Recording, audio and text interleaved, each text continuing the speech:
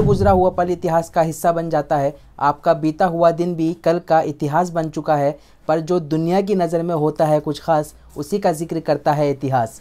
और ताजमहल ना सिर्फ हिंदुस्तान में ख़ास है, बल्कि विश्व पर्यटक के लिए ये एक माइलस्टोन संरचना है। मुग़ल बादशाह शाहजहाँ की सबसे अजीम बेगम मुमताज़ महल की याद में शाहजहाँ ने ये शानदार इमारत बनवाई थी, और यह इमारत मौजूद है उत्तर प्रदेश के आगरा सिटी में। तो आइए आज आपको विज़िट कराते हैं ताजमहल की, और यहाँ की कुछ रोचक बातें आपको बताते हैं। तो हमारे साथ वीडियो में बने रहिएगा।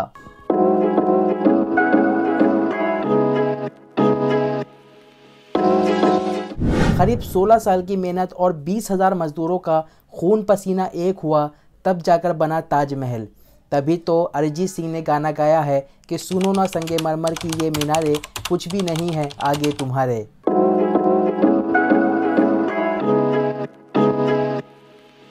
ताजमहल को बनाते हुए ज्योमेट्रिकल डिज़ाइन पर इतना ज़्यादा ध्यान दिया गया था कि ये सिंबल ऑफ मैथमेटिकल सिमेट्री भी है।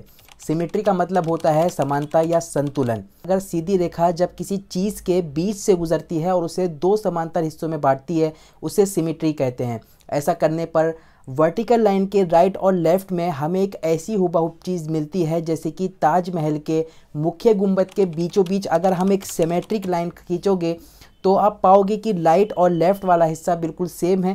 ताजमहल की एक साइड में मीनारे, गुंबद और खिड़कियां हैं, दूसरी साइड में भी उसकी बनावट, लंबाई और चौड़ाई वैसी ही है। ताजमहल की मीनारों में मैथमेटिकल एंगल भी है। बहुत ध्यान से देखने पर यह पता चलता है कि इन मीनारों को कुछ इस तरीके से डिज़ाइन किया गया है कि जो पूरे तरीके से सीधे ना होकर थोड़ा सा बाहर की ओर झुकी हुई है। इस झुकाव को जानबूझकर बनाया गया था ताकि अगर कोई नेचुरल डिज़ास्टर हो या भूकंप आए तो मीनारे ताजमहल के ऊपर ना गिरें, बाहर की ओर गिरें, जिससे ताजमहल सुरक्षित रहे। है ना बिल्कुल कमाल की सोच। ताजमहल को बनाने के लिए कितना खर्चा आया? मॉडर्न डे में अगर हम एक एस्टिमेट करें कि 1648 में ताजमहल जब पूरा बनकर तैयार हुआ होगा, तो उसे बनाने में $35 मिलियन लगे होंगे, जो आज के हिसाब से अगर हम देखें तो लगभग $1 बिलियन हैं, यानी लगभग 800 करोड़ रुपए। इतिहासकार बताते हैं कि उस दौर में ताजमहल की मजदूरी ही लगभग 50 लाख रुपए अदा की गई थी। और इतिहासकारों को जो डॉक्यूमेंट्स मिले हैं उसमें ये दावा किया जाता है कि जो शाहजहाँ हैं उसने लगभग 4 करोड़ रुपए खर्च किए थे, जिसका ज़्यादातर हिस्सा शाही ख़जाने से खर्च किया गया था।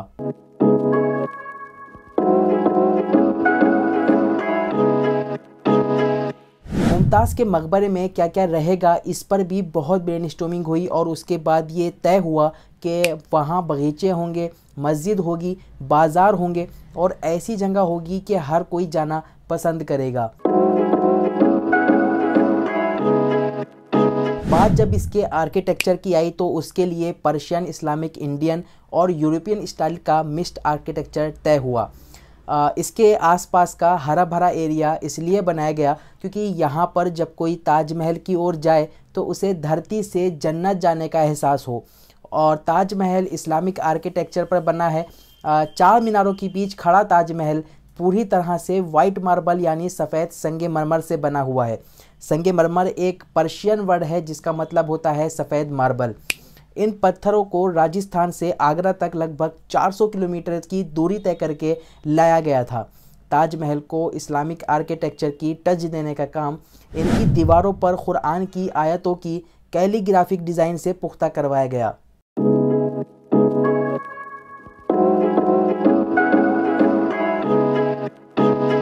ताजमहल को बनाने में लगभग 20 साल लगे थे, और ताजमहल की जिस आर्किटेक्चर ने अपना कंट्रीब्यूशन दिया था वो अपने काम में इतने ज़्यादा माहिर थे कि उनकी बारीकी ताजमहल के हर एक ज़र्रे में दिखती है। ताजमहल को बनाने की जिम्मेदारी मीर अब्दुल करीम और मुहम्मद ख़ान को मिली थी। जागीर के दौर में मुहम्मद ख़ान ईरान से हिंदुस्तान आए थे और शाहजहाँ ने उन्हें अपना कंस्ट्रक्शन मिनिस्टर बनाया था। 1642 में ये दिल्ली के गवर्नर भी बने, और शाहजहाँबाद में लाल किला बनवाने की जिम्मेदारी भी इन्हें ही सौंपी गई। अगर आप कंस्ट्रक्शन वाइज एक कंपैरिजन करेंगे तो आपको ताजमहल और हुमायूं के मकबरे में काफ़ी समानता मिलेगी, क्योंकि इसलिए देखा गया है क्योंकि हुमायूं के मकबरे से ही ताजमहल इंस्पायर्ड था। ताजमहल कही जाने वाली इस इमारत का पहले कुछ और नाम था जो कम लोग जानते हैं। जब मुमताज़ को ख़ब्र में दफनाया गया था तब मुग़ल सम्राट शाहजहां ने इस इमारत का नाम रौज़ा-ए-मुनव्वरा रख दिया था। हालांकि कुछ समय बाद इसका नाम बदला गया और बाद में इसको ताजमहल के नाम से जाना गया। आज जानने की कोशिश करेंगे कि ताजमहल कितना रेवेन्यू जनरेट करता है। भारत की ऐतिहासिक इमारतों में से होने वाली कमाई में ताजमहल कहां पर आता है। दरअसल ताजमहल का क्रेज़ इतना ज़्यादा है कि जब कोरोना का दौर था तब एक तो बहुत सारे लोग बहुत कम घूमने के लिए निकल रहे थे। उस दौर में भी ताजमहल में काफ़ी ज़्यादा टिकट बिक रही थी और लोग ताजमहल घूमने जा रहे थे। आधिकारिक डेटा के अनुसार ताजमहल में हर साल 7 से 8 मिलियन यानी 80 लाख लोग घूमने आते हैं और इसमें करीब 80,000 लोग विदेशी होते हैं। ताजमहल में लोकल लोगों के लिए 50 और विदेशी के लिए 1100 रुपये की टिकट है।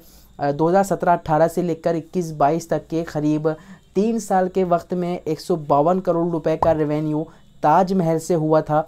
यह पूरी ऐतिहासिक इमारतों में से होने वाली कमाई का करीब 40% है।